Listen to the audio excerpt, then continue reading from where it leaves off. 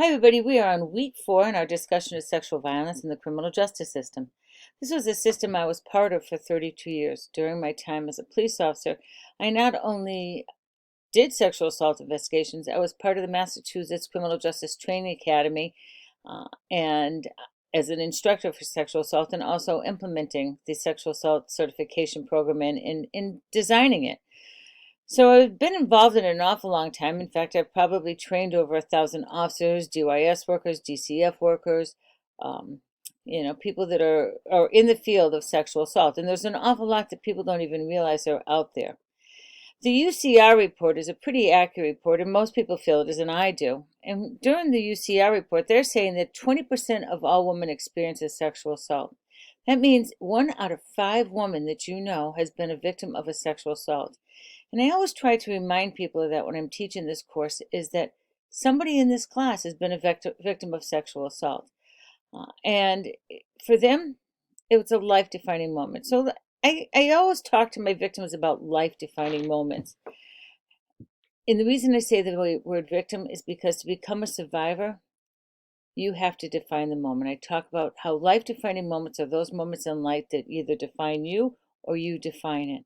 And this is where I try to help them define it, and own that moment moving forward and say, I'm not ashamed of it. I'm going to tell you straight out, I'm a victim of sexual violence in the workplace. When I first became a police officer, I was sexually violated by a lieutenant, no less.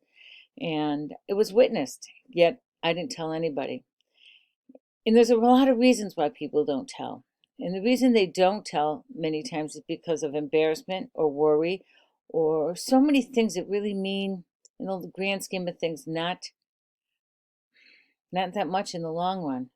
I remember the reason I ended up telling a class that I was a victim of sexual assault, and the person who I taught with was one of my best friends forever, was because one of the kids in the class, well, not a kid, but a police officer, said he viewed sexual assault victims as weak. That set me off. And I said, really? Because, do you think I'm weak? And he said, absolutely not. You were like, you're not afraid of anybody. And I said, I'm a victim. And my friend who was teaching the class with me, she goes, I've never told anybody either, but I was a victim. And both of us were victims within where we worked. And we talked about that, and people were really shocked about that, but it was also witnessed, and those people said nothing. And granted, this was the early 80s, and things have moved forward. Back then, we didn't tell. I didn't tell because I was afraid I was going to lose my job.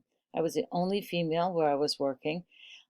I told my husband, and certainly the 2 people that witnessed it kept trying to get me to tell the chief, and I didn't because, as I said, I was afraid of losing my job. So we look at people and why they don't report. And there are so many reasons. I've had a child not tell because he was told that if he told, he would never get to go to McDonald's again. And McDonald's was very important to him. So even though our reasons are different, they're really real at that very moment for whoever that person is, and we should not judge ever. The next thing I want to go to on the sexual assault is when a person is sexually assaulted, what can they do? So this is where ignorance plays in. When you hear about sexual assault kits, I had a guidance counselor tell a kid, don't you worry. I know, we have 120 hours, by the way, to deal with to get a good sexual assault kit in. He said, don't you worry. You go get that sexual assault kit and then you can play softball this afternoon. Really, he forgot to mention the part that she'd be puking her guts up and be sick afterwards, because there are sides to a sexual assault kit that aren't pleasant. And so I want to go over what a sexual assault forensic exam is. When I have my victims who I hope become survivors, and vast majority of them do become survivors, and that's because they get help from others and help with themselves. But I go over what a rape kit is. A rape kit is not for the police officer. A rape kit is for the victim or the survivor. So there's an awful lot of evidence taken, and I have to say that our governor, who I have a lot of respect for, has made it so rape investigation material, anything that has to do with evidence, has now got to be kept for 15 years. It must be kept for 15 years. Right? And that's a really important thing to remember. So let's look what a forensic exam is. First of all, you're not going to go in there. It's no walk in the park. Think of all of your last exams where you had to have pap smears, and think of all of the people asking you questions. Well, you are being asked a million questions. You're being, touched and probed, and people are taking pictures of parts that are, hurt, black and blues, cuts. You have a lot of people that are around you that are strangers to you. And once again, it is a really difficult thing, but it is for you, because during that sexual assault, it's not for the police because you still have control over it. You have control whether you want to bring charges or not, but it certainly helps if you want to bring charges 10 years down the line that you had a sexual assault kit done. So let's talk about what's in the kit. And I hate calling them kits, but they are kits, and they're provided by the state. Now, Massachusetts will pay for all sexual assault kits to be done, so you never have to worry about having any you don't have to worry about having any fees out of this. So in this kit, you have many, many things. Some of them, bags, paper sheets. I mean, you're standing where they're combing your body, where they're going to do tape on your body to take off evidence. We have a thing called touch DNA. So if one hand touches the other hand, you're exchanging DNA. So if this is Joey's hand and this is Mary's hand, and they touch, there's DNA that's been exchanged. Their job as a forensic investigator, and these are usually done by sexual assault nurses, or what they're called SANE nurses, SANE, is to collect that. And there's many ways they collect that. So there's envelopes, instructions, materials for blood samples. There'll be a lot of blood samples. Typically, they do not do for any type of STDs. They will treat prophylactically for STDs, but they won't take them because STDs have an incubation period.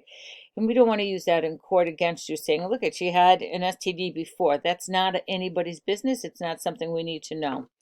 So these information is done, and it can take anywhere, I've seen them take anywhere from 4 hours to 10 hours. They're not easy.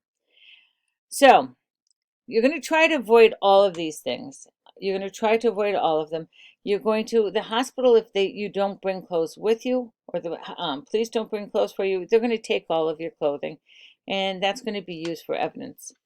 And trust me, you're not going to get them back. So I'm hoping it's not your best shirt ever, but reality of it is you're more important than any best shirt. And I say this as you because I want you to be able to spread this word to everybody you know, that these, even though they're intrusive, they give you power. They give you a huge amount of power.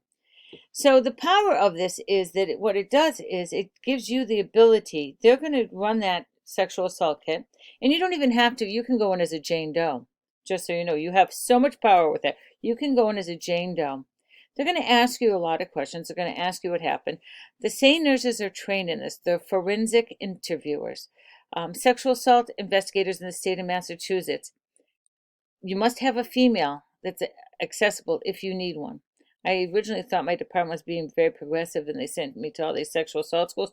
Only to find out Mass law says that you must have a female trained if you have one, and if not, you have to be able to provide one. So don't let anybody ever tell you that you don't have to speak to a male. You have to speak to a male, because you do not. They must have a female accessible to you. Everything is going to go into paper bags, and then that kit, which goes from this little box about this big to this huge bag, gets brought to the crime lab, and the crime lab processes it, and you have all that time to decide what you want to do. But the good thing about this is also they're going to give you all the areas you have access. You have the victim crime. When people go to court, they have to pay into a victim crime bill, and that goes towards you. You can use that for counseling. You can apply for those funds. There's victim funds. So each court case, if someone's found guilty, usually gets assessed 50 to 100 or whatever the judge assesses on it. That all goes into this enormous fund that's for victims of crime, and you have access to that. And they'll go over that with you. The state nurses go over that with you. Typically, all the police officers I've ever trained do not stay in the room for this. The only time I've ever been into the room where a sexual assault kit is being done is when I have a victim that may not make it through the night, may not make it through the kit. They're doing the sexual assault is just because it's, they've got someone that's severely hurt. But typically I'm not in there, and nor should anybody really be in there except for the sexual assault people and the need to be in there. So if you go, I'm going to send you this page so you have it. You can see what is examined. But the most important thing I want you to get is your health matters. And the point of the health matters is during this, you're going to know that anything that could have been given to you during this is going to be taken care of. It's going to be they're going to give you prophylactics for all your STDs, for emergency contraceptive. All of that is part of this.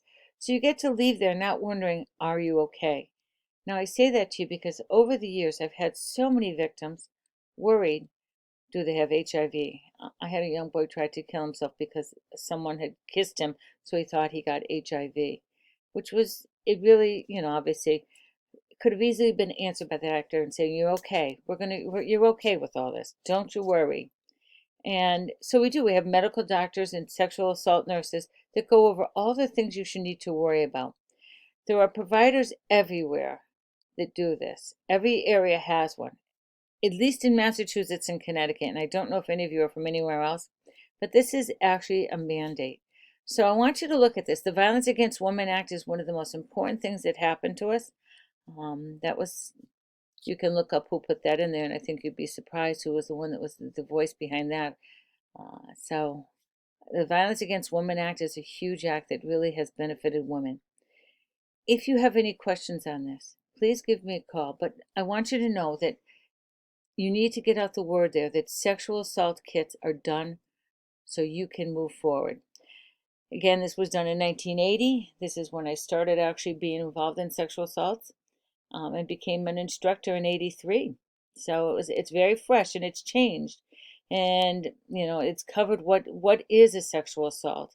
It's an unwanted touching in areas that should not be touched, addressing such things as even is what some people might consider as not a sexual assault. One of them would be one of the court cases in Mass was a girl was laying on the beach and this guy came up and he licked her in her thighs. That was considered an indecent assault and battery. So all of these things have started to, the crimes have evolved over the years. They've changed it where they used to have it where rape would only happen if it was considered natural, sexual intercourse, and now they've broadened that to as well as unnatural, as long as there's penetration, no matter how slight. So there's a lot of things. If you ever have any questions, feel free to ask me. I have people call me on this all the time. I would be glad to tell you all the wonderful things that can be done. And one of the things I also wanted to do is tell you that I'm looking at the PD kits. Everywhere in Massachusetts, there is a sexual assault doctor specifically made for pediatric cases, for young cases. And they are a whole nother group. They do forensic interviewing and they do the exam all in one. Bring your coffee because you're going to be in another room. You're not going to be there and you're going to be listening. And it's a long process, but it's a great process because it gives power back. And that's the most important thing I can tell you, taking the power back. All right, you guys, if you need any help, give me a call. 413-883-3537. Thank you.